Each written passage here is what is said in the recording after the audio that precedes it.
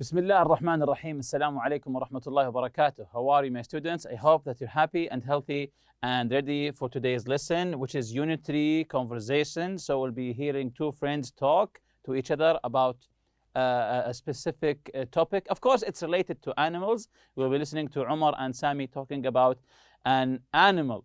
Because if you remember this theme's unit, this unit's theme is animals. So before we do that, let's revise what we previously took in the grammar lesson, the passive. If you remember the passive modals here, passive modals, structure, modal, be, and the past participle, like will be released, may be cancelled, parrots can be trained, and so on. So this is how we change them from active to passive. Then we took the passive with reporting verbs, to report if you want to say what someone else said or thought. It, then the passive reporting verb, for example, said or believed, then the word that, then the clause. For example, it is said that she is the leading expert on guerrilla communication. The second part, subject, like she or dolphins. Passive reporting verb, said or believed. To, you can see it here, to. Then the infinitive or the perfect infinitive. She is said to be the leading expert on guerrilla communication. Dolphins are believed to be the most intelligent of animals. We also took this language builder that why sometimes the writer doesn't say who said this. Again here, why doesn't the writer tell me who said these things? Sometimes statements like these are made when the speaker or the writer doesn't have support, the information, enough information, let's say, about the statement. So these are today's objectives: to employ the real talk in a short conversation, answer questions about the conversation. So look at the picture here of this animal. So, of course, you know what animal is this, right? Yes, of course, this is a horse. So, in the relationship between a man or a human, let's say, and an animal, who is the boss? Who is the leader in this relation, let's say? The relation between animals and humans. Who is the leader? Who is the boss? So, this is the first question here. Who is the boss in the relationship between the man and the horse? So, of course, the leader would be the human or the man. Have you ever tried to train an animal of any kind? It is an interesting question here. Have you ever tried to train, or you have ever trained an animal before, whether it's a horse, it's a cat, or any other animal? Have you ever tried to train or trained an animal before? If yes, then share this experience with your colleagues. If yes, how did you do it? Was it difficult? So when you share it with your friends or with colleagues, how did you do it? What did you do? And was it difficult or was it easy? But I think, of course, it wasn't easy. It was difficult. So you're going to hear a conversation in which one person is describing problems he is having with his horse. So someone is complaining. He's describing problems he's having with his horse. The other person gives him some advice. So the conversation is between two people. Someone who has a horse is complaining. He is having problems with his horse. And the other person is giving him advice on how to solve these problems. So now listen with your book closed. So listen with your books closed. So close your books and just listen to the conversation. We'll be listening to it again and be reading along. But now just close your books and just listen here to the conversation between Sami and Umar. And of course, it's about a horse. Let's listen. Sami, I'm interested in speaking to someone about horse training. A friend of mine suggested I come here. Umar, what kind of problems are you having with your horse? Sammy, he's a beautiful, strong, and affectionate horse, but he's driving me crazy. He won't follow instructions. He will gallop instead of cantering. He won't turn when I need him to. And if he spots a patch of grass, he'll head straight for it and ignore me completely. Umar, I gather you have a young stallion. I will check the schedule and we can arrange training sessions for you and your horse. Hang in there. Sammy, okay, but in the meantime, I really need some advice. How should I handle him when he disobeys? Umar, well, I can try and give you a few tips now. You say he'll head straight for a patch of grass when he sees one. Do you let him do that when you are out riding? Sammy, well, sometimes, but only if I want to stop for a minute or so. Umar, you need to set rules and then stick with them 24/7. If you're not consistent, he's not going to learn. Sammy, okay, but when he is all friendly and nice, it's hard to not let him do what he wants. Umar, look, I'm going to get to the point. It sounds to me like your horse is calling the shots. You need to be firmer. If you train your horse not to do something, then suddenly let him do it. You'll be back to the drawing board. So now that we have listened to the conversation between them, from what you heard, do you think that Umar is the problem is that he's too strict with his horse or not strict enough? So now that you have listened to the conversation between Umar and Sami, so do you think that the problem is that he's not strict enough or that he is too strict? So try to think of this question. And now we'll listen again and read along. Listen again. Now open your books. And while you're listening, try to read along. Let's listen. Sammy, I'm interested in speaking to someone about horse training. A friend of mine suggested I come here. Umar, what kind of problems are you having with your horse? Sammy, he's a beautiful, strong, and affectionate horse, but he's driving me crazy.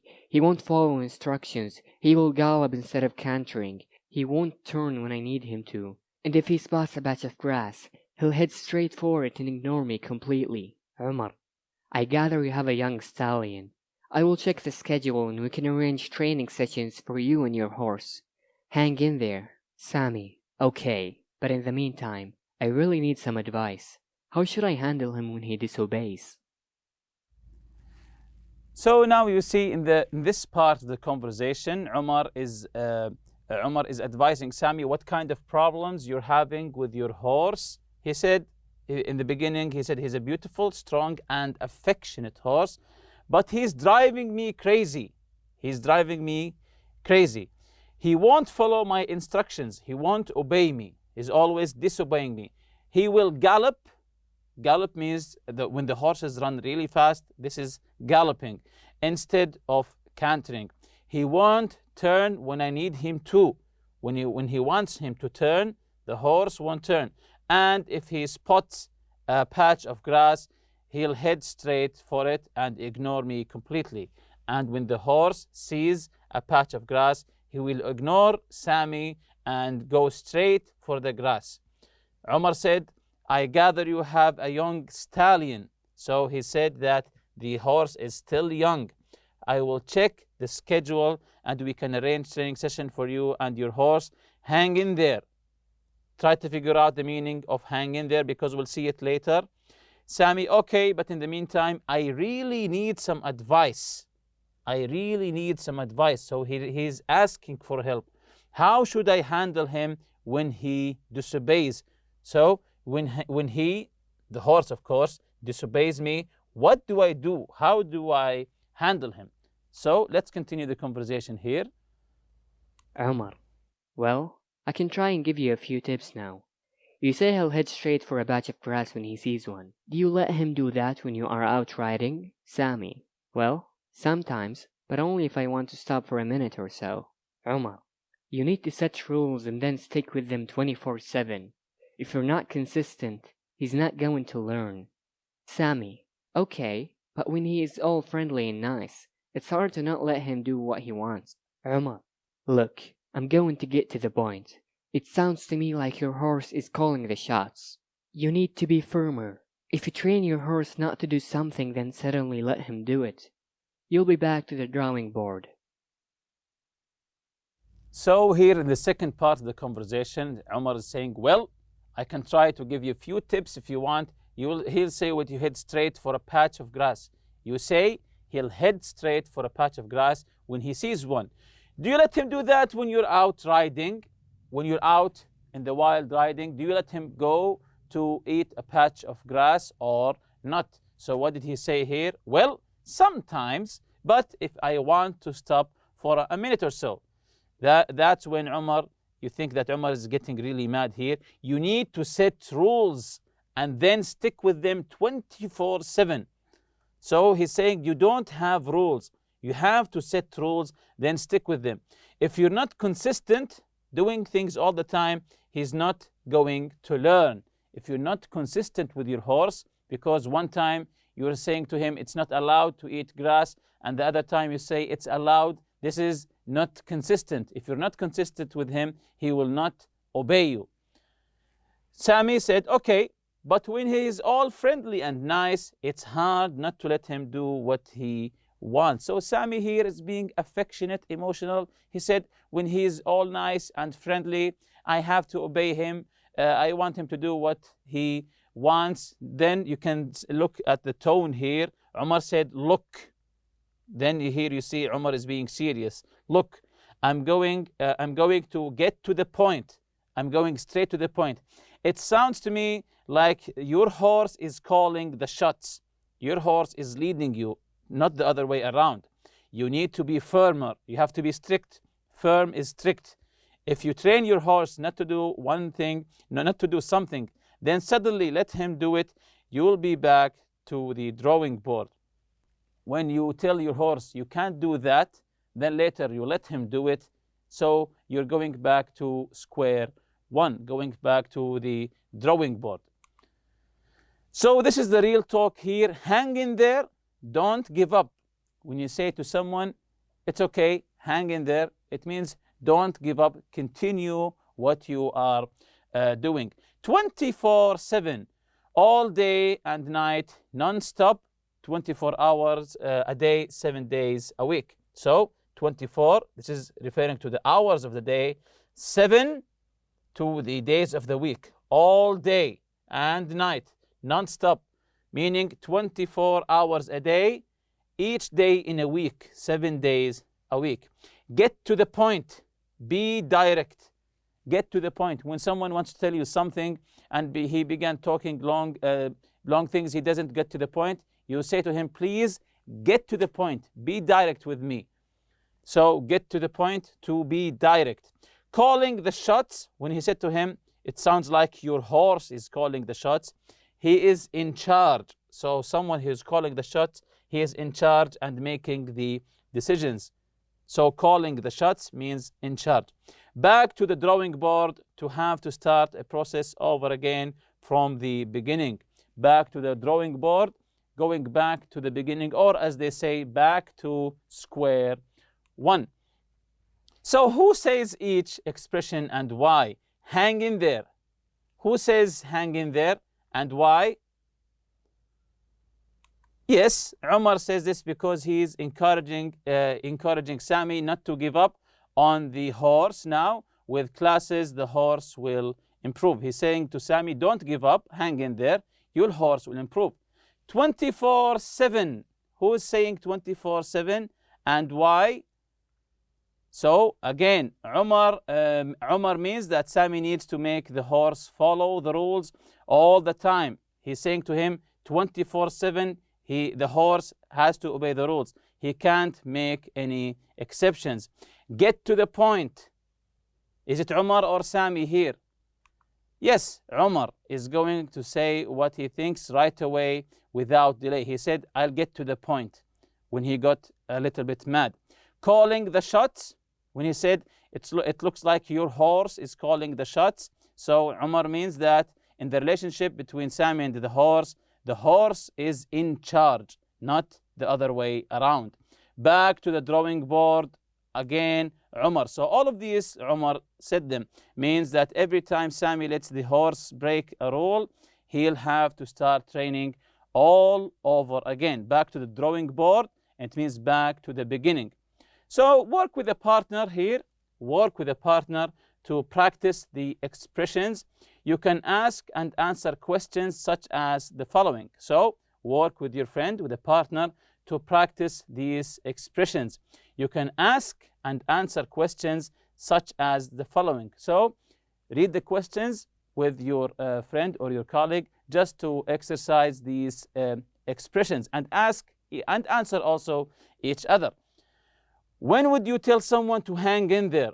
What's the occasion when you want to tell someone, hang in there? When do you say to him? When do you say this to him? What things in our town are open 24/7? In our town or city, what things in our town are open 24/7? Do you like it when people get right to the point, straight to the point? If you have a pet, who calls the shots in the relationship? You or the pet? Can you think of a time when you had to go back to the drawing board on a project? So, do you remember a project that you had to go to square one in the beginning? Can you think of a time when you had to go back in the drawing board on a project? And jumping on to about the conversation questions here, what problems is Sammy having with his horse? So, what kind of problems is Sammy having with his horse? You can get back to the conversation if you want. So, what problems is Sammy having with his horse? So, his horse doesn't follow instructions, will gallop instead of cantering, and won't turn when he needs him to. So, he's being disobedient. So, his horse doesn't follow instructions, he is galloping instead of cantering, and won't turn when he needs him to. What advice does Umar give him? So he asked Umar for advice, and Umar gave him advice. What advice does Umar give him? So he said, yes, he tells him that he needs to set rules and stick by them. He told him, you have to set rules and stick by them, and you have to be strict, you have to be firm with the horse. Number 3, how does Sammy respond to Umar's advice? So when Umar gave him this advice, how does Sammy respond to Umar's advice? When Umar told him to be strict, to set rules and stick by them, what or how does Sammy respond to that? So the answer is, Sammy says it is hard not to let his horse have his way. He said it's hard not to have the horse have his way. So jumping to your turn part here, role play with a partner. Tell your partner about a problem you're having in school or in your personal life. Describe the situation and ask for advice. So role play with your partner, ask him for advice, tell him a problem you're having maybe at school or personal problem in your house, and ask your partner or friend or colleague for advice. So here's in the chart, you can see asking for advice and giving advice. If you want to ask for advice, you say, what do you suggest I do about it? Or you can say, what do I do about it? What do you suggest I do about? Then you can say your problem, or you can say it. Could you advise me on the problem I'm having? I really need some advice on the problem I'm having. How should I handle it when? Then you can tell your problem.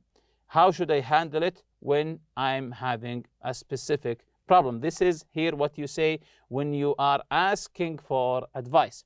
Giving the advice here, I advise you to, or you can say I strongly advise you to. You can say I advise you to, or you can add an adverb here, I strongly advise you to do this or do that. If I were you, if I were in your shoes, if I were in your place, I would do this and that. So this is some kind of giving advice. If I were you, I would not speak to him, for example. If I were you, I would go to apologize. It would be a good idea to, or you can say it would be good to apologize to him. It would be a good idea to apologize to your friend, for example. It's not a good idea to not apologize, for example. It's not a good idea to, or you can say it's not good to. So a and idea are optional. So which phrases are used in the conversation here from asking and giving advice? Which phrases are used? Yes, very good. Sami says, I really need some advice. How should I handle it when? He said, I really need some advice. Could you advise me? I really need some advice on. So he said, I really need some advice. How should I handle it when? So this is the asking for advice used in the conversation. And with that, we reach the end of this lesson. See you next lesson, inshallah. Subhanakallahumma bihamdik. Ashhadu an la ilaha illa anta astaghfiruka wa atubu ilayk. Assalamu alaikum.